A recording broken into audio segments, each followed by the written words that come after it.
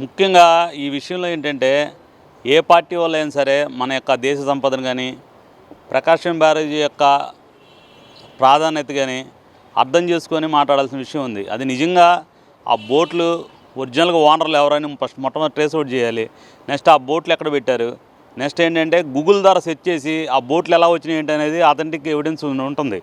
దాని ప్రకారం చేసి దాన్ని ప్రాపర్గా ఎవరైతే ఉన్నారో వాళ్ళు, అంతేగాని ప్రాపర్గా విచారణ లేకుండా దొంగ అంటే దొంగ అని చెప్పి ఒక కేసుకి ఇంకొక కేసు విచారణ చేసి చేయటం అనేది కరెక్ట్ కాదు. మొట్టమొదటి మీకు చెప్పేది ఏంటంటే నిజంగా అది కుట్ర కోణంలో ఉంది అంటే తప్పనిసరిగా ఎంత ఎంత నేరమైనా సరే దానికి బాధ్యత వహించుకోవాలి.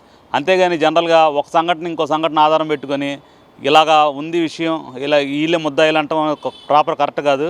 పోలీసు వాళ్ళు పారదర్శకంగా దాన్ని విచారణ చేసి గూగుల్ ఈ రోజులో సుమారు 10 రోజుల క్రితం జరిగింది కూడా గూగుల్ ద్వారా ఆ బోట్లు ఎలా వచ్చినాయి ఏంటి, ఎవరన్నా రిలీజ్ చేశారా, మినిమం దానికి సైంటిఫిక్ ఎవిడెన్స్ కూడా అన్ని ఎవిడెన్స్ దాన్ని స్పష్టంగా చేయొచ్చు అన్నమాట. కానీ ఏంటంటే ఇప్పుడు అనవసరమైన చర్చ జరిగి ఇది పక్కదోవ పట్టే విధంగా ఉంది. నిజంగా అలా జరిగింది చేశారంటే తప్పనిసరిగా శిక్షించి దాని మీద ఎవరైతే ముద్దాలు ఉన్నారో వాళ్ళని 100% ఇచ్చాలి. ఇది ఏంటంటే దేశంతో సంబంధించిన కాదంటలా, కానీ సరైన విచారణ లేకుండా ఒకరి మీద ఒకరు విమర్శలు చేసుకొని పక్కదోవ పట్టే విధంగా చేయడం అయితే కరెక్ట్ కాదని చెప్పి అభిప్రాయం. ఇప్పుడు ప్రజలందరూ కష్టాల్లో ఉన్నారు. ముఖ్యంగా ఈ ప్రకాశం బారి దిగువంత లంక గ్రామాలు కానీ లంకలో ఉన్న రైతులు కానీ చాలా ఇబ్బందులు ఎదుర్కొంటున్నారు. పంటలన్నీ పోయినాయి, పశు నష్టం జరిగింది, ఆస్తి నష్టం జరిగింది. అన్ని విధాల వాళ్ళు బాధపడుతుంటే ఈ రెండు పార్టీల వాళ్ళు నువ్వు దొంగ అంటే నువ్వు దొంగ, నువ్వు చేసావు వాళ్ళు అని బోట్లు వదిలేరు అని రాజకీయాలు చేస్తున్నారు. అది చాలా తప్పు. బోట్లు ఎవరు వదిలేరో వాళ్ళని ఖచ్చితంగా పట్టుకోవాలి, శిక్షించాలి, అరెస్ట్ చేయాలి, వాళ్ళ మీద చర్య తీసుకోవాలి. మీరు వైసీపీ కానీ టీడీపీ కానీ గతంలో ఒకరినొకరు తిట్టుకున్నారు. అసలు ప్రజా సంక్షేమాన్ని గురించి ఆలోచించలా, ప్రజల గురించి పట్టించుకోవాలా. ఒకసారి ప్రజలను మోసం చేసి జగన్మోహన్ రెడ్డి అధికారంలోకి వచ్చాడు. రెండోసారి దాన్ని అవకాశం తీసుకుని చంద్రబాబు నాయుడు మళ్ళీ దాన్ని తోసేసి ఈ ప్రజలు మోసం చేసి మళ్ళీ ఈయన అధికారంలోకి వచ్చాడు. అవి ఎవరు అధికారంలోకి వచ్చినా గతంలో 60 సంవత్సరాల నుంచి కాంగ్రెస్ పార్టీ చేసిన అభివృద్ధి కార్యక్రమాలే కానీ వీళ్ళు ఏమి చేయలే. ఇప్పుడు మళ్ళీ ఒకళ్ళనొకళ్ళు ఈ బోట్ల వ్యవహారంలో కానీ మిగతా విషయాల్లో కానీ రాజకీయాలు మాట్లాడుతున్నారు తప్ప ప్రజలను ఆదుకునే విధంగా అస్సలు పనిచేయట్లేదు, పట్టించుకోవట్లా. అందుచేత ఇప్పుడు వాళ్ళని ఎవరైతే బోట్లు వదిలేరో వాళ్ళని ట్రేస్ అవుట్ చేసి, మీ దగ్గర అధికారం ఉంది కదా, ట్రేస్ అవుట్ చేయండి, పోలీసులను పట్టించండి, వాళ్ళని అరెస్ట్ చేయండి.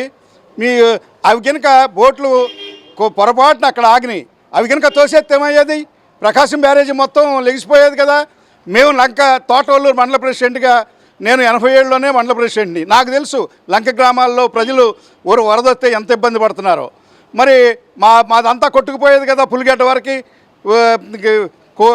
నాగాయలంక, కోడూరు మొత్తం అన్నీ అంతా రైతాంగం కానీ ఈ చుట్టుపక్కల ఈ లంక ప్రక్కన ఉన్న గ్రామాలు కానీ అందరూ అహోరాత్రులు కష్టపడి సంపాదించుకున్న ఆస్తులన్నీ పోయాయి కదా. ఆ బోట్లు కనుక కొట్టేసి అవి లెగిసిపోతే, ఆ బ్యారేజీ గేట్లు లెగిసిపోతే మేమేమివ్వాలి? ఇప్పుడు మీరు రాజకీయాలు చేయటం కాదు, వాళ్ళని తీసుకొచ్చి అరెస్ట్ చేసి భవిష్యత్తులో ఇలాంటి ఈ పునరావృతం కాకుండా భయం అనేది ఏర్పడాలి. రాజకీయ నాయకులు చిత్తశుద్ధితో పనిచేయాలి, ప్రజల అభివృద్ధి కోసం, ప్రజా సంక్షేమం కోసం చేయాలి తప్ప ఒకళ్ళని నిందించుకుని ఈ రాష్ట్రాన్ని సర్వనాశనం చేయొద్దని కాంగ్రెస్ పార్టీగా మేము. ఇప్పుడు ఏది ఏమైనా ఒక జాతీయ విపత్తు ఇవాళ రాష్ట్రంలో వచ్చింది. ముఖ్యంగా విజయవాడ నగరం సుదీర్ఘ చరిత్ర కలిగిన నగరంలో దాదాపు 6 దశాబ్దాల కాలంలో లేనటువంటి ఒక చిత్రమైనటువంటి సంఘటన. ప్రజలు నష్టపోయి అష్టకష్టాలు పడే పరిస్థితి ఉంది. ఈ టైంలో ఎవరైనా కానీ మానవతా దృక్పథంతో ఏ రాజకీయ పార్టీ అధికారమైనా ప్రతిపక్షమైన ఎవరైనా కూడా ప్రజాసేవ చేస్తే వాళ్ళకి ఎటువంటి ప్రాణ నష్టం, ఆస్తి నష్టం లేకుండా చూసుకోవాలి.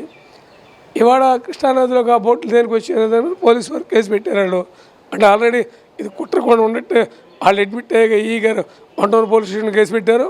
దాని మీద సుదీర్ఘమైనటువంటి విచారణ జరిపి దోషులు ఎవరైనా ఏ స్థాయిలోనైనా జైలుకి పంపాలి. అది మామూలు విషయం కాదు. ఆ గడ్ర తగిలింది కాబట్టి పర్వాలా. అదే మామూలు కానాయ దగ్గర కానా కొట్టుకుపోతే లోతట్టు ప్రాంతాలు ఉండే ప్రజలు ఏమయ్యేవాళ్ళు? బ్యారేజీ టైంలో మనం తిరిగి నిర్మించాలంటే సాధ్యమయ్యే పనేనా? అందువల్ల 100% ఇది దేశద్రోహం కింద వస్తుంది.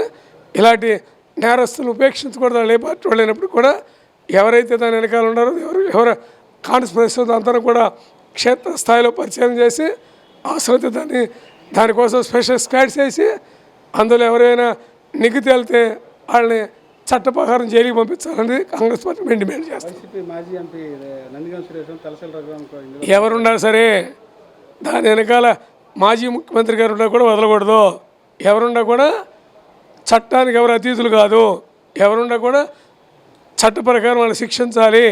ఇది మామూలు కుట్ర కాదు. వాళ్ళు జరుగుంటే అది మామూలు కుట్ర కాదు, ద్రోహం. ఇది మామూలు ద్రోహం కాదు. వాళ్ళు అది ఏమైనా ఏమన్నా డ్యామేజ్ అయ్యి మ్యారేజ్ ఏమైనా డిస్టర్బ్ అయితే ఎన్ని వేల మంది చచ్చిపోయేవాడు కింద ఉన్నటువంటి లోతట్టు ప్రాంతాలు ఉండేటటువంటి వాడు, లేదా కృష్ణా బ్యారేజ్ దిగులు ఉన్నటువంటి వాడు పరిస్థితి ఏంటి ఏమనగేటవాళ్ళు కానీ మిగిలినటువంటి ఉయ్యూరు వాళ్ళు కానీ వాళ్ళందరూ ఏమయ్యేవాళ్ళు, నాగాలంక వాళ్ళు కానీ కోడూరు వాళ్ళు కానీ ఘంటసాల వాళ్ళు కానీ వాళ్ళందరూ ఏమయ్యేవాడు శ్రీకాకుళం వరకు. అందువల్ల అది ఎవరైనా కానీ ఆ విషయంలో ఇది పార్టీలకు సంబంధించిన సబ్జెక్ట్ కాదు. మీరు నన్ను ఇంటర్వ్యూ చేస్తారు, నేను ఒక పౌరుడిగా బాధ్యత కలిగిన పౌరుడిగా చెబుతున్నా. వాళ్ళు ఎంతటా గొప్పవాళ్ళైనా కూడా చట్ట ప్రకారం వాళ్ళు శిక్షించాలి. దాని మీద కూడా లోతైన విశ్లేషణ ఇన్వెస్టిగేషన్ జరగాలి. తక్షణ ముఖ్యమంత్రి గారు ఆదేశాలు ఆయన ఇచ్చాడు. చిన్న కూడా కింద ఉన్నటువంటి పోలీసు అధికారులు కూడా దాని మీద నిక్కచ్చిగా విచారణ జరిపి దోషులు ఏ స్థాయిలో కూడా వాళ్ళని జైలుకి పంపించాలి. క్షమించకూడదు.